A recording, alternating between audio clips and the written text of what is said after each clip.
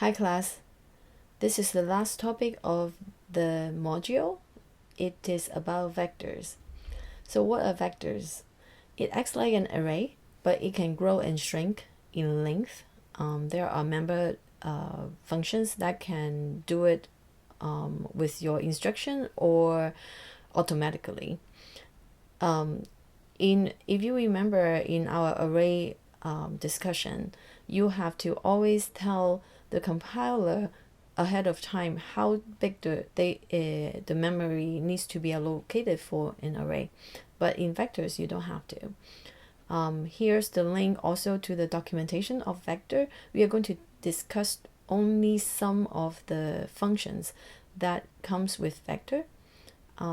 It's always good to start practicing reading documentation because part of the engineer's job. To use vector class, like the string class, you also need to include the directive.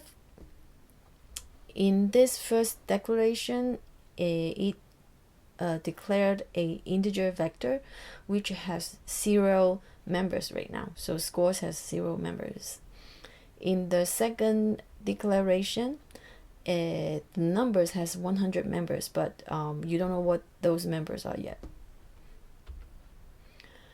When we use the vectors though, we still have to know the size in some ways if you use this way of assessing the members. So because scores has no members, so if you try to and then the size is actually 0, and so in that case, when you try to assign the first member, it will give you an error. And then only after C++11, so when you compile, you have to tell, for example, for my compiler, I have to add a flag for this code to work. But just so you know, you cannot do declaration and assign in the same line, and you cannot do auto and go through every member if you are not compiling with a letting the compiler know there are some code that only comes after C++11. So these are some of the predefined functions that I'm going to demo. Pushback. What it does is actually add one member to the array, also make the size +1 basically. So you see that when we try to access it with the square brackets, it doesn't work, but with pushback it automatically resize the vector. Size will return a number, which is the size of the vector. Capacity will return the size of the capacity of the vector, because you can say, hey, I need to allocate, or actually it's called reserve. I reserve 4 spots for this vector, and so then the capacity will be 4. You can also do resize. So if your vector has 4 members, you can make it 3 members, for example, and then it will basically get rid of the last one. Let's do the demo. So let me maybe compile the program and then run it.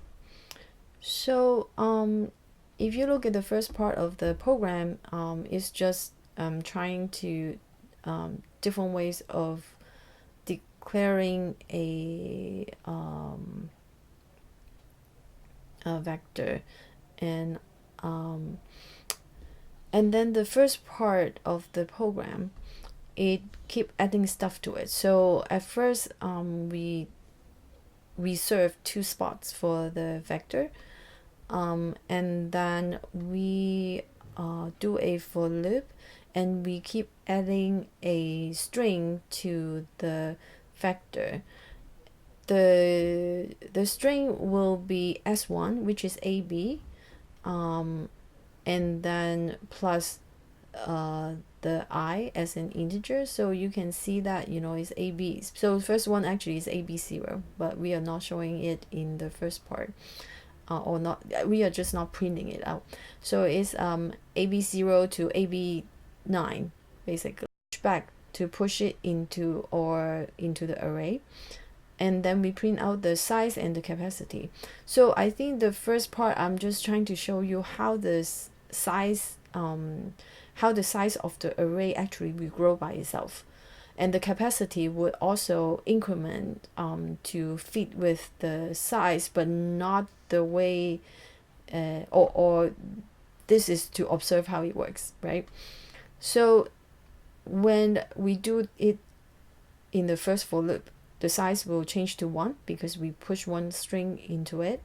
Capacity is still 2 because we reserve 2 spots for it.